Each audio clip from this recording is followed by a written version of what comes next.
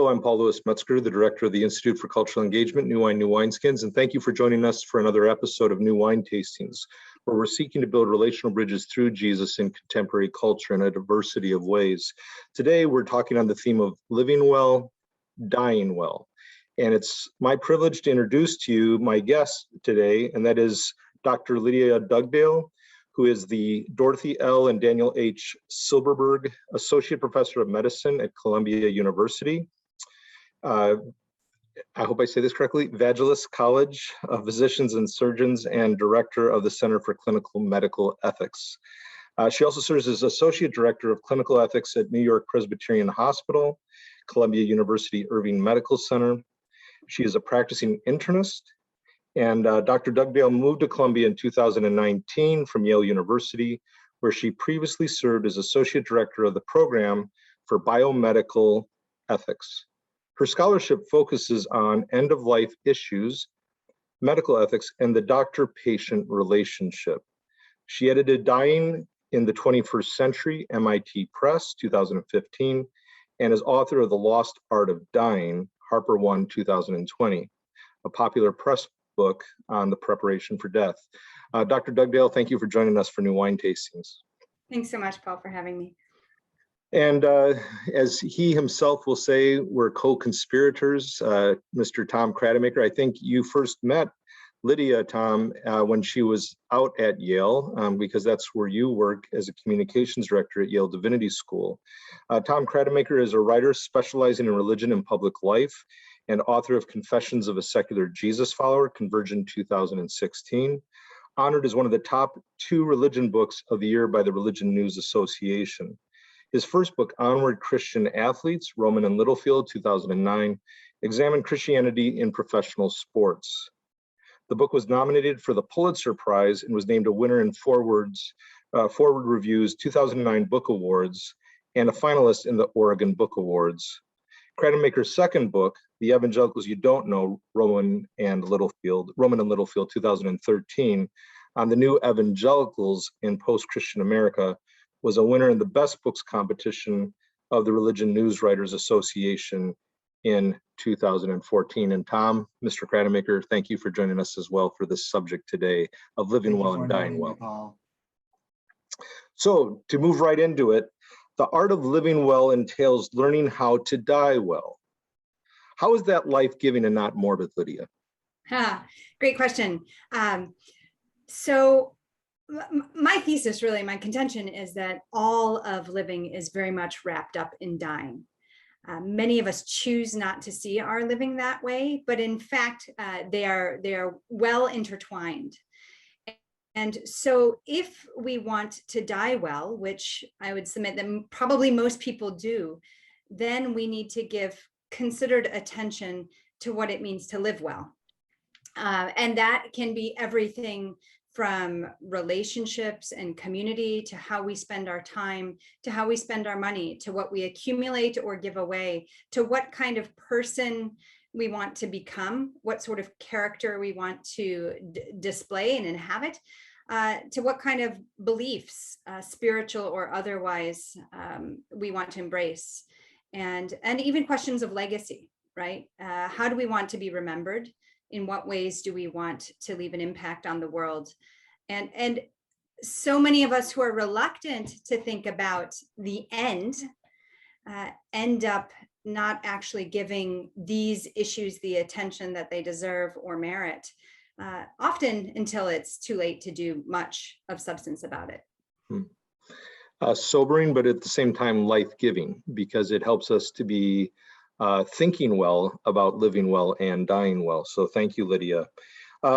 Lydia, a follow-up question here. COVID's roar has caused us to reconsider our presumed invincibility, which you maintain goes back to the Roaring '20s. How might the Roaring '20s impact us even now?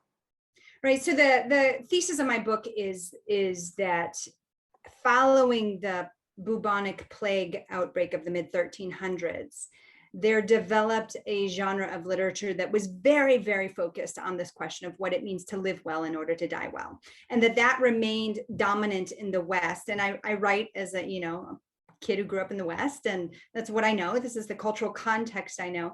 But this was really the dominant way for both religious and non-religious people of thinking about their life. So, for the non-religious, it might just be, what kind of person do I want to be? What does it mean to be a good person and to be well connected to my community? And of course, for the religious person, there would be many other questions besides.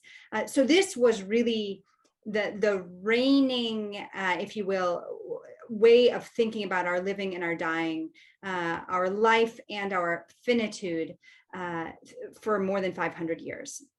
And then a very interesting thing happens about 100 years ago, and that's sort of been all the talk the last 18 months with COVID, but that is that we have the influenza pandemic of 1918, which really lasted till 1920, which came on the heels of World War I. And of course, US involvement in World War I was 1914 to 1918. So what do we see? We see massive loss of life, massive loss of soldier life, as well as civilian life, women and children worldwide. Millions and millions of people died in World War I. And before the war even ends, there's this outbreak of influenza. And again, massive loss of life. So in the US alone, total deaths from the influenza pandemic are at 675,000 is what historians suggest. And we're what are we at, 500, 600,000 now in the US, something like that, 500,000 from coronavirus.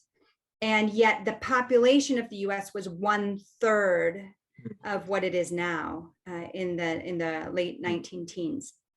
So really, the country, as with the world, had a sustained period of about 6 years of incredible loss of life. And if you sort of are paying attention to the signals that are emerging worldwide right now, it's that people are really quite sick of lockdown. They're quite sick of restrictions. And frankly, they're sick about thinking of sickness and death, right? We want the economy to grow. We want to get on with life. We want to plan those vacations and do those home renovation projects, et cetera, et cetera, et cetera. We want kids back in school. We want it to be like it was before the pandemic. And if you think about 6 years of sustained, life on hold and lots of death, moving into a time of economic prosperity, there's no question that the 1920s was a huge pushed back really strongly against this idea that we need to think about our death. Nobody wanted to think about death. They wanted to think about life. And so that's really where we see culturally, ritualistically, even in the church, a real shift away from emphasizing the importance of contemplating one's finitude and a shift toward living well. And so for people who've studied the sermon texts of preachers from the 1900s, and even before, all the way through to the 20s, by the time you get to the 20s, preachers aren't talking about dying well. It's really about living well, your best life now sort of rhetoric. And it's easy to see culturally and historically why that may have been what people wanted and were seeking. So it should be sobering to us now. I released this book that riffs off of plague to talk about how we need to prepare for our deaths. I released this in the midst of a global pandemic, something I could have never foreseen. And yet, while the book has been well received, I have noticed a real reluctance on the part of many people still to talk about their mortality. We want to get past mortality onto living well, and the 1920s should sober us up, because I don't know that we've benefited greatly as a society from ignoring our finitude. In fact, it's been to our detriment. Thank you, Lydia. Again, sobering reflections, but life-giving. I just want to keep highlighting that, sobering but life-giving. And the book to which Dr. Dugdale is referring is the second I mentioned earlier, The Lost Art of Dying, HarperOne, 2020. So please put that on your reading list. In the midst of the COVID pandemic and the aftermath, it would be well worth our reflections. So Tom, let's look to you at this juncture. The health and wealth gospel also poses a problem for dealing well with mortality. Tom, you are concerned for honesty and equity as a journalist and as a humanist. What strikes you as problematic about people claiming miracles in various end-of-life matters like the movie Breakthrough, which you wrote about, and I believe you interviewed Lydia for that article at USA Today? First, I want to say hi, Paul. Hi, Lydia. It's great being with you too. Paul, I will be happy to tackle your question, but I first want to pick up on something that Dr. Dugdale was getting at, and that has to do with Roaring Twenties and the pandemic. I had a piece that I wrote back in the spring about the likelihood of the new Roaring Twenties, our Roaring Twenties, and the tendency perhaps to try to sweep under the rug all that we've gone through the past year and a half with our current pandemic. When I was researching that piece, I was struck by several references to the lack of public memorializing about the pandemic of 1918 to 1920. It was really striking. I don't know, maybe World War I overshadowed it. It seems our culture is good at remembering and memorializing certain things, but not good at memorializing others. Pandemics might fall into the latter category. So as I alluded to before, smart cultural commentators say that we're entering a new Roaring Twenties now. And I see signs of it. They might be right. When the pandemic is finally over, and we're not there yet, unfortunately, I contend that we can't allow ourselves to forget it or the people who have been devastated by it. It's not something we can just sweep under the rug. Given what we know about trauma and its long haul effects, and really what has this pandemic and the adjacent crises been, if not traumatic, given what we know, we can be sure that not everybody is going to be in a position to start savoring life again. In the new Roaring Twenties, if you will, not everybody's going to be ready to roar. And so what I want to ask is, who's going to remember them and support them? I think it's imperative that we fully grasp what the country and the world have been through. I came across a great quotation from the National Intelligence Council, kind of chilling, really. Here's what they said. They've called this pandemic, quote, the most significant singular global disruption since World War II, with health, economic, political, and security implications that will ripple for years to come, end quote. And of course, it's not just COVID-19, Paul. Other calamities have been rolling over us right alongside the contagion, such as racism, climate change, angry political polarization, an unprecedented attack on the Capitol, and so on. And really, in my view, it's made crisis survival an exercise in multitasking. And that is not easy to do. When it's finally over, we're going to see that the pandemic has left a mark. Kids with education deficits, for example, kids who lost a parent or grandparent, people who have lost jobs and businesses. Doctors report a flood of anxiety and depression among adults.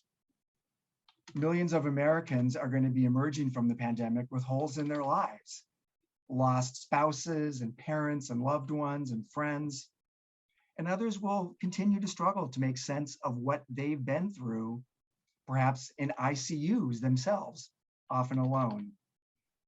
So that's a lot of pain to contemplate, and sorry to bring you all down, you know. Maybe it's too much to contemplate, so perhaps it's understandable that a century ago and perhaps now, people want to move on past the pandemic and get on with living, as Lydia puts it. Put it all behind us.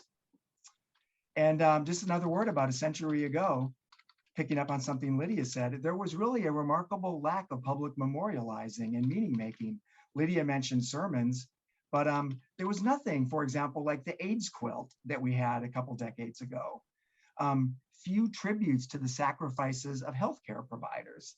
Little mention of the trauma in the music and art and literature of that period.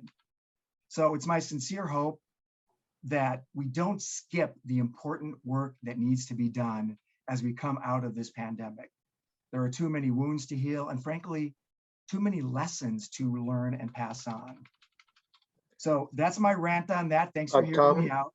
That's very helpful. And before you go on to answer the other question related to breakthrough and the like, Lydia, your thoughts as well on what Tom just shared concerning what we should be doing in light of the present and past pandemics. I'm wondering if even with the 1920s, at least there was the backdrop of centuries of concern that influenced many people about being mindful of death, of mortality. I don't know if we really learned, as was alluded to just a minute ago, from what happened in the pandemic in the 20th century, earlier 20th century.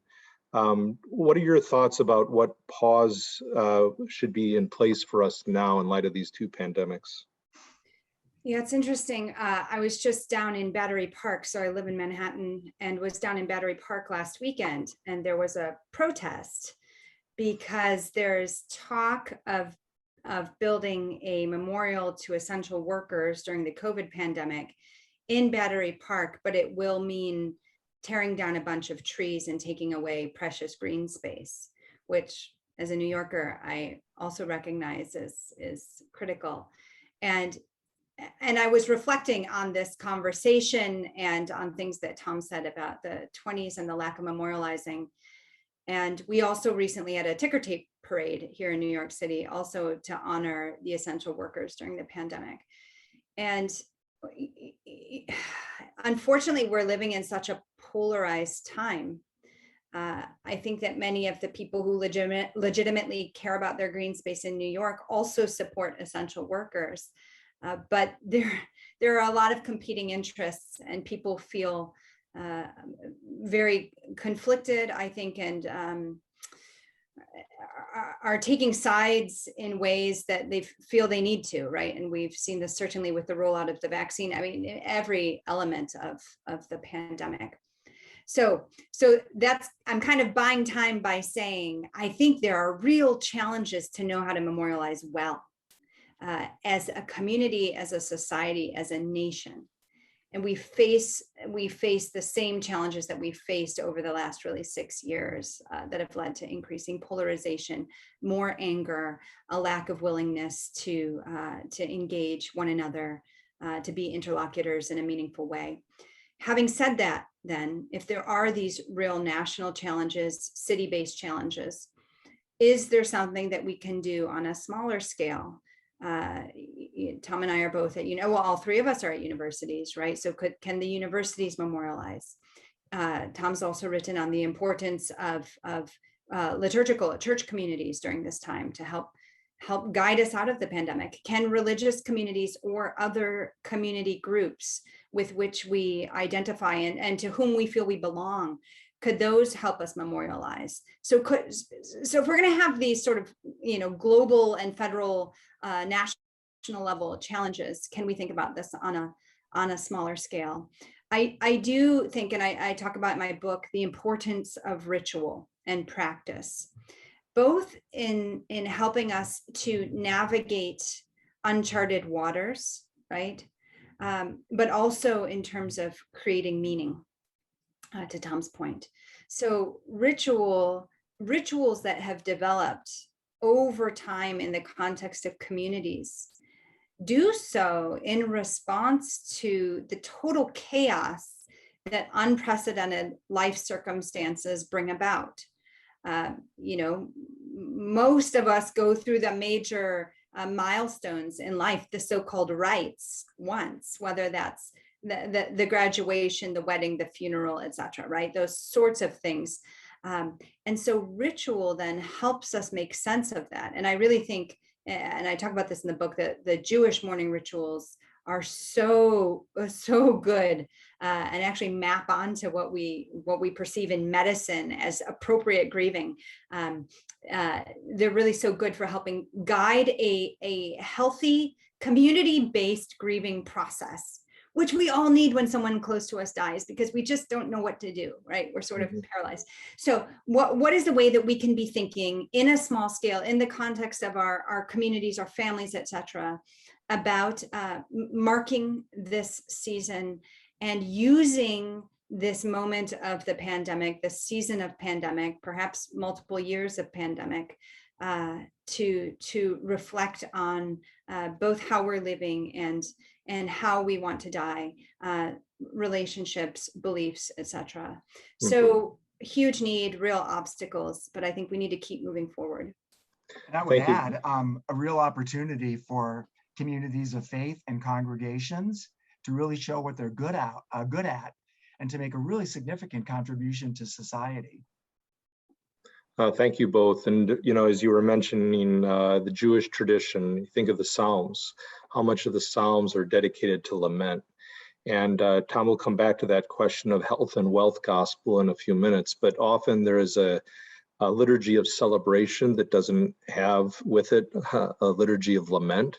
But in Judeo-Christian tradition, there is a major emphasis historically, as you both well know, on the theme of lament. And we really can't have true Judeo-Christian celebration without lament. They go hand in hand. And so let's go to that question that I brought up earlier, and I appreciated that we stayed with the Roaring Twenties.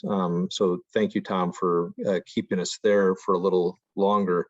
But I'll say it for our viewers again, the health and wealth gospel also poses a problem for dealing with mortality. And Tom, again, you've written on this subject with Breakthrough, and what really bothers you about this dynamic, Tom, as it relates to miracles and various end-of-life matters? And then Lydia, feel free to speak to that issue as well, as I know you were interviewed by Tom in this context.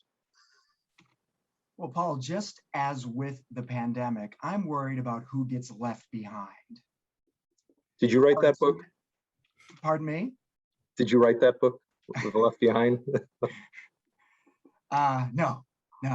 Did you read it? Or did you read them? It was a whole series. Yeah, I guess I'm worried about who's left behind, but I have a different meaning when I say that, don't I? Thanks for the opportunity to clarify.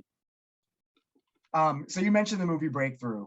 For those who aren't familiar with it, Breakthrough is a popular Christian-themed movie that came out a couple of years ago, and it retells the story of a teenage boy from Missouri who was walking on a frozen lake with his friends, fell through, was stuck under the ice. He was underwater for about 15 minutes before being rescued.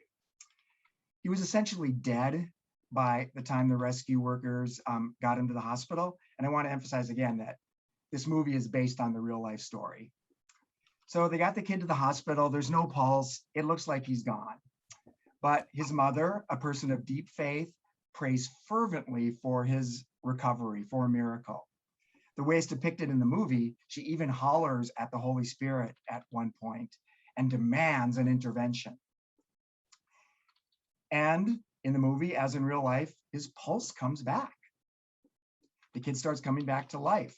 And after remaining in a coma for a while, he regains consciousness. He ends up being as good as new, no lingering effects. The doctors are utterly mystified, and it's a medical miracle. So Paul, you may wonder what a secular guy like me says in response to this and other medical miracles or other medical outcomes that defy scientific explanation. And what I say to that is great.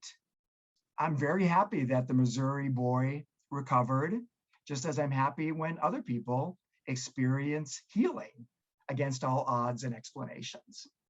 So as you know, I'm not one who goes in for supernatural explanations, but I try to maintain a humble stance. Things happen sometimes that science and logic can't explain. But what I do object to is the way these healing phenomena are so often talked about in popular discourse, with little or no concern for the many cases where supernatural healings don't happen. This movie Breakthrough does not seriously grapple with this important issue. So my thoughts go to the mothers and fathers who pray earnestly for their ailing child and don't see the kind of supernatural breakthrough that's celebrated in that movie. It's my view that people celebrating supernatural healings need to extend some care and concern for those who pray in vain for a loved one's miraculous recovery. Now, I get it. if someone does experience something wondrous and surprising, it's natural to be grateful. And if someone's Christian, it's natural to praise God and to attribute the healing to God. But tucked into that, and this is the problematic side, is an insinuation that God favored them over others. And that's something that I find problematic. So Paul, maybe I'm unrealistic in this regard. You can speak to it theologically, but I would hope that people would think things through a little better and extend their concern and their heart for people who don't have the miraculous recoveries. Thank you, Tom. And you and I were talking about this the other day, and I alluded to the book of Job. And here you find a very early text, and the Bible doesn't hide from these issues. It grapples with them. It doesn't give us definitive answers like tidies up loose ends. Job is a very troubling book, I would say. And I'm grateful that it's in the canon. God never answers Job's question of why, so to speak, but God does meet him, and he longs for God to speak, and God does speak. That's what he's really looking for, is for God to speak to him. And finally God does, but doesn't resolve all Job's questions. And a lot of people live with massive questions. My wife says that I need to live with bigger pockets at times to handle life's questions. And I think the Bible lives with questions. Jesus dies asking a question, my God, why have you forsaken me? And I think that has to go into any discussion of miracles. And there are different ways that the miraculous can play a part in people's lives.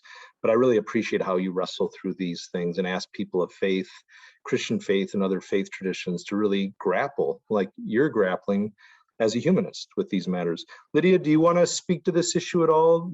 Yeah, no, I'd love to. I also was thinking about Job while Tom was speaking.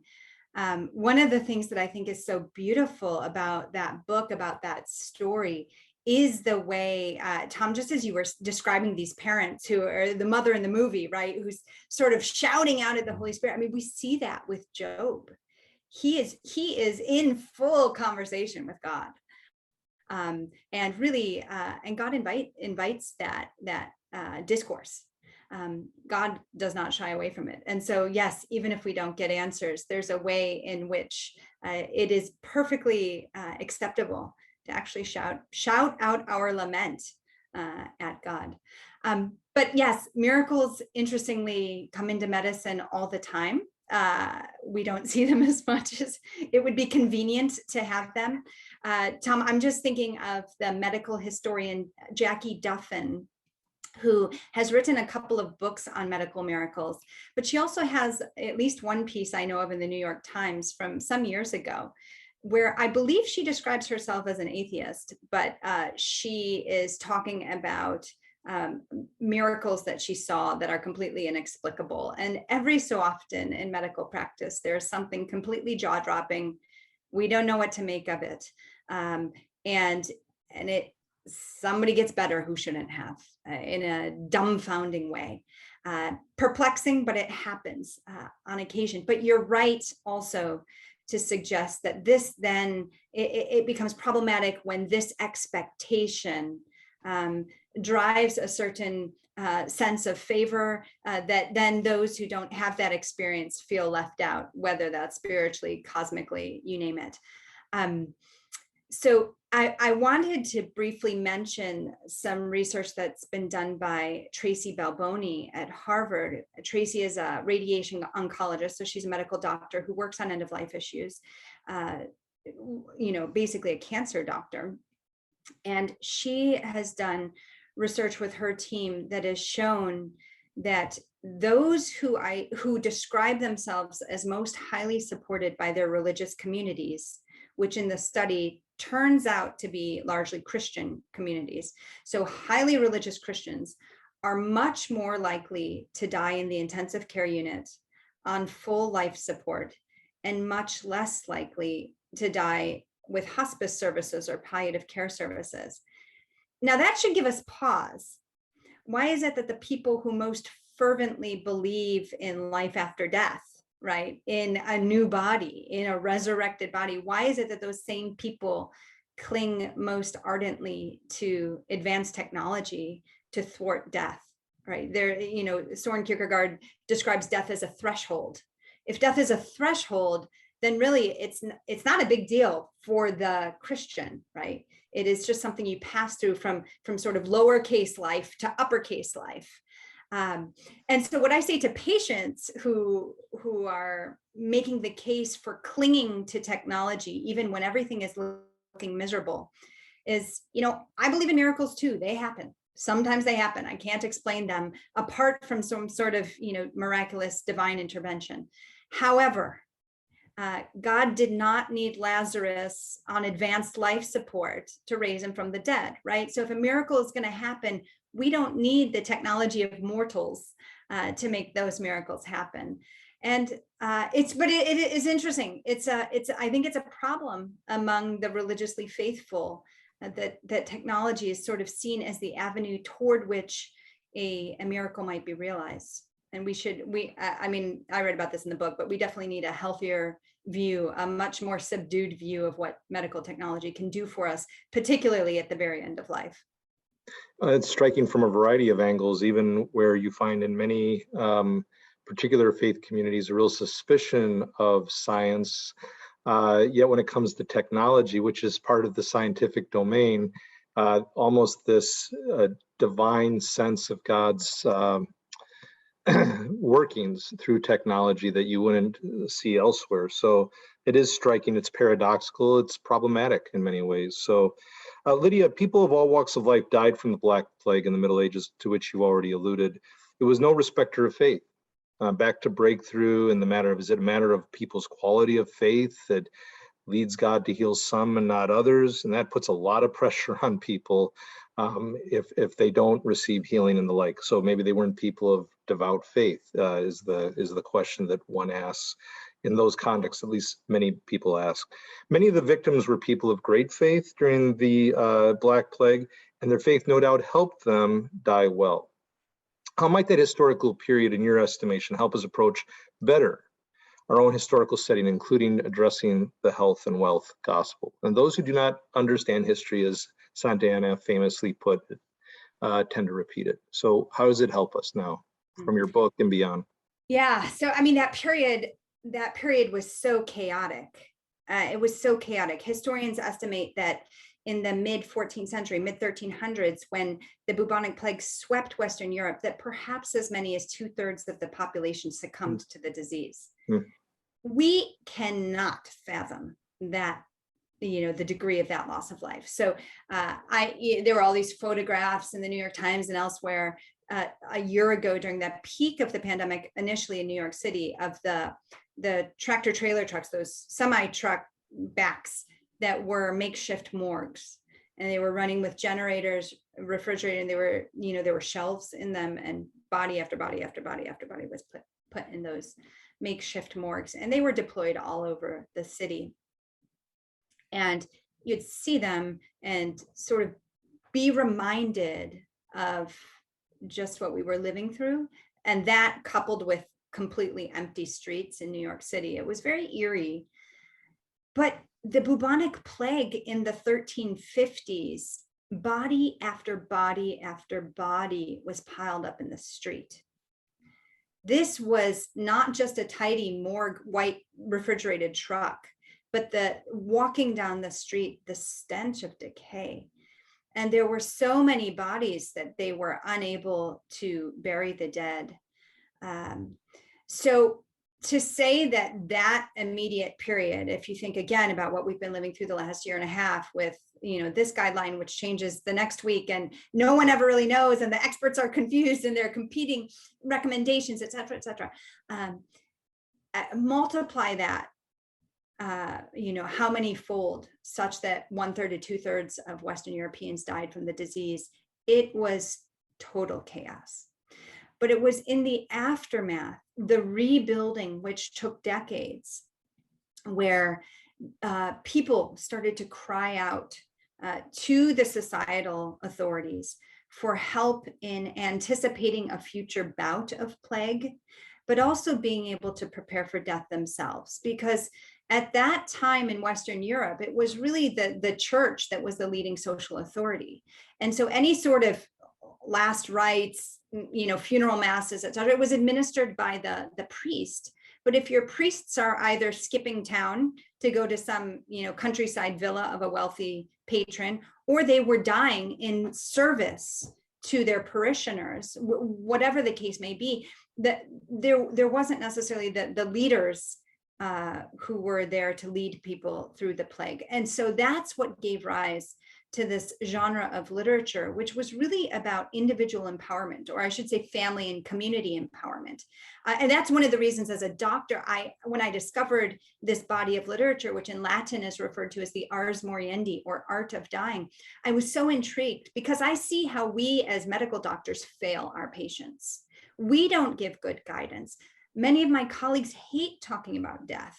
They don't want, and this is natural, right? We don't want to give bad news. Who wants to go to somebody and say, I'm so sorry you're dying?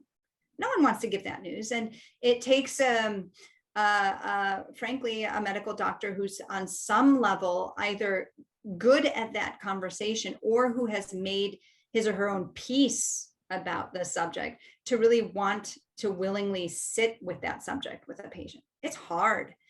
And so I love the idea of, resurrecting, as it were, the ars moriendi, this art of dying, and giving it to patients today, which is all of us, right? Or all of us ultimately are patients, so that all of us can do the work of anticipating, if it's not the plague, is it war? Oh goodness, is it global warming? How many hundreds of people just died in the Pacific Northwest in Canada from global warming? Whatever the ailment will be, something will take us. Mortality is 100%. And so we have to be prepared. So yeah, so just to Paul circle back, I don't believe that acute period of the plague really caused much transformation in thinking, but it was as people emerged from it and looked to how can we live differently. And just maybe theologically speaking, I'll just say one thing, and that is, when we think about the health and wealth gospel, I think Christians do themselves a disservice by ignoring Christ's dying. So we have Christ in the garden the night before he died, saying to God the Father, take this cup from me. I don't want to die. I don't want to suffer. I don't want to have to go through this, right? That is a real request, but that is always coupled, right?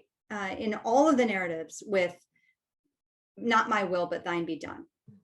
So on some level, the Christian can plead with God, can lament the suffering, can plead that it be taken away. And sometimes it is. But in the vast majority of the cases, it's not. And then we, by God's grace, have grace to deal with it. But I think if we aren't also praying, not my will, but thine be done, then we're missing, I think, that the most important part of the story of his dying. And I think, and thank you, Lydia, excellent reflections. I think that there is this really beautifully intertwined dynamic in Christ. For example, John's gospel puts a lot of emphasis on his relationship with his Father, his heavenly Father, and you see this very personal engagement, father-son type of engagement throughout the Gospels, but I see it especially in John's Gospel. And I think, some in my circles almost operate by way of a glory model where there is no intimacy, filial intimacy between parent and child with God. I think that's unhealthy. On the other hand, I think if we don't have that sense, as Jesus also had, that this is God he's speaking to. It's God Almighty, who is his Abba Father, but it is God Almighty. Not my will, but yours be done. I think that dialectic has to be there in all of our thinking, as you were saying. So you've already gotten into this, Lydia. Many people in the medical community struggle with talk of faith and miracles, just like many people in the faith community struggle with talking about death. Now, you did say many doctors, for example, struggle with talking about death because it's hard to talk to patients about that. No one wants to break the news to a patient or their family members. But with your book, how might your work, The Lost Art of Dying, help both sides navigate the issues better? Yeah, I mean, so my thinking was, and I dedicate the book to my patients, but really many of my patients, especially in my practice at Yale, were also in medicine. They were physicians, professors, nurses, support staff. I had kind of the whole gamut. Here, my practice is a little bit different, but the point being that all of us will be patients. And so there's a way in which we can do the work on the patient side. But you're right, the book also speaks, I think, powerfully to my colleagues. I hope it's not perceived as a rebuke as much as a sort of encouragement to in a sense, do better with our patients. I wouldn't say it's a step-by-step manual for doctors to have these conversations better, because really my focus was on equipping patients to be able to walk into the clinic and know the right questions to ask. But I have had many physician colleagues read it and find it helpful for thinking about not only their own lives, but how they might talk to patients differently. But yeah, it's not a step-by-step, I would say. Mm-hmm. But you have found that they have described to you how meaningful it's been to them as they think through how to engage their patients. So whether you're a medical doctor, whether you're a patient or soon to be patient or down the road patient, it's something that would be of great benefit to all. Tom, you point out that perhaps the most redeeming quality of Breakthrough is the emphasis on community support. We're going to end our conversation today with asking you and Lydia about this point that she was just getting into a few minutes ago about community support. But that to you, Tom, is really a vital emphasis in the movie. And you're an ironic journalist. You do look for good in a movie, even when you disagree strongly at points. How so in the movie and beyond do you think community is so important, Tom? Well, a little anecdote for you, Paul. I first heard about that movie Breakthrough at the Religion News Association conference. And this was several months before the movie came out. One of the presenters at the conference was the producer of the movie, a guy named Devon Franklin. I remember in his presentation, Mr. Franklin described his movie, particularly the supernatural healing part, as something that would provide the kind of unifying, uplifting force or balm that our country needs in such hostile and divided times, right? Well, in my view, the movie does provide that uplift and unifying force. It really does, but it's not the supernatural healing aspect that does it. It's the way that the movie and that story show the dedicated and conscientious effort of the entire community to support that kid and his family, irrespective of their personal religious beliefs or practices.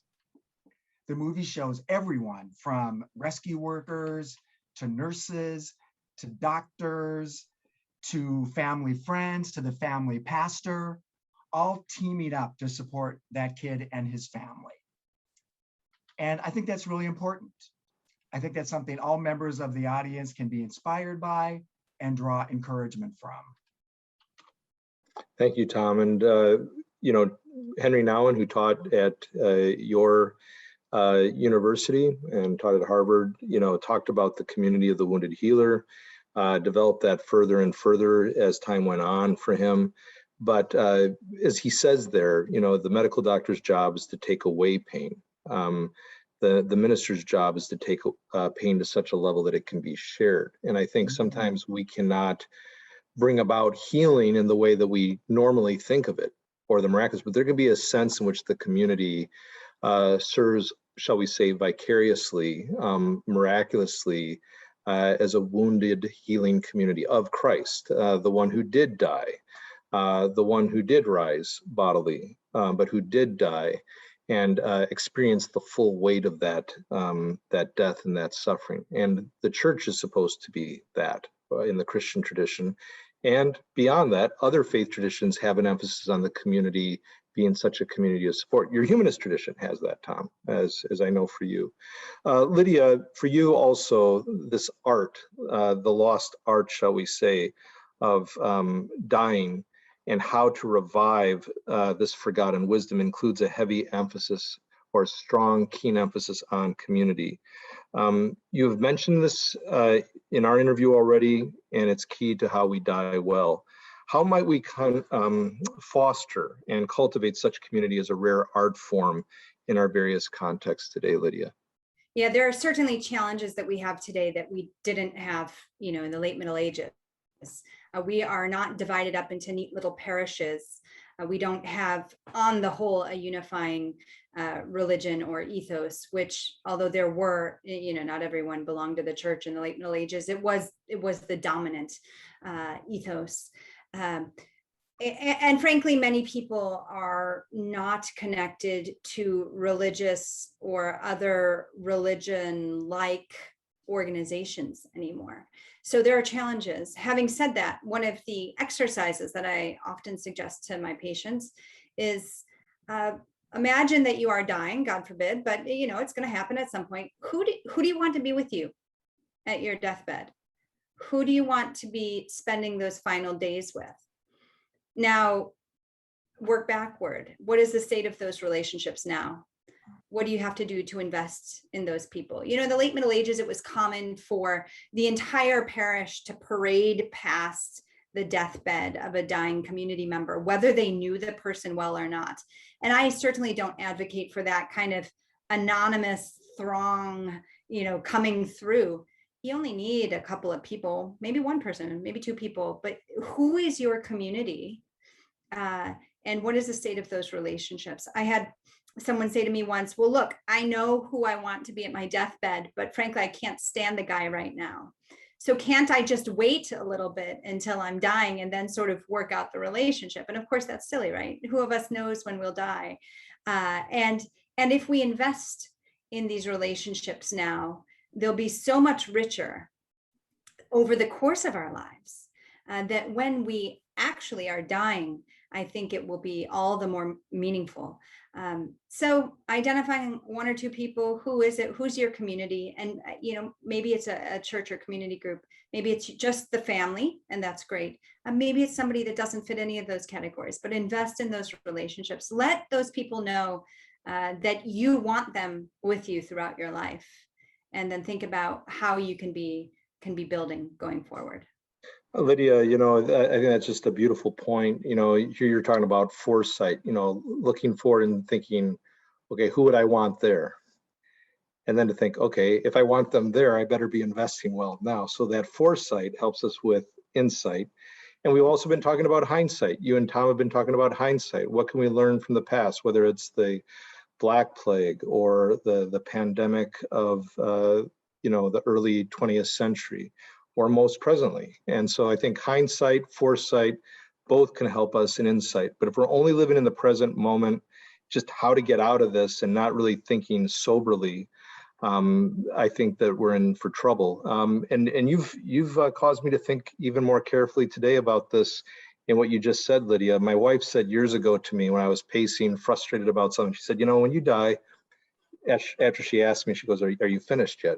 And then I hit the pause button. That's kind of a, that kind of stops you in your tracks. And she said, are you finished with this? And I stopped. I said, well, yes. And she goes, when you die, people are going to stand over your coffin and go, so I better be investing in my relationships now so that they don't stand over my coffin and go, glad he's gone. So, well, thank you both for joining me today on this interview on living well, dying well. Dr. Dugdale, Mr. Krattenmaker, thank you so much. And please do pick up Lydia's book that is titled again, The Lost Art of Dying. And also you might want to look to her MIT Press book, Dying in the 21st Century as well. And then read up on Tom's work at USA Today and elsewhere. Dr. Dugdale, Mr. Krattenmaker, thank you once again for joining us at New Wine Tastings. I'm Paul Lewis Metzger, signing off. Thank you for joining us for this episode on really living well as we reflect on how to die well and vice versa. Blessings to you all. Goodbye.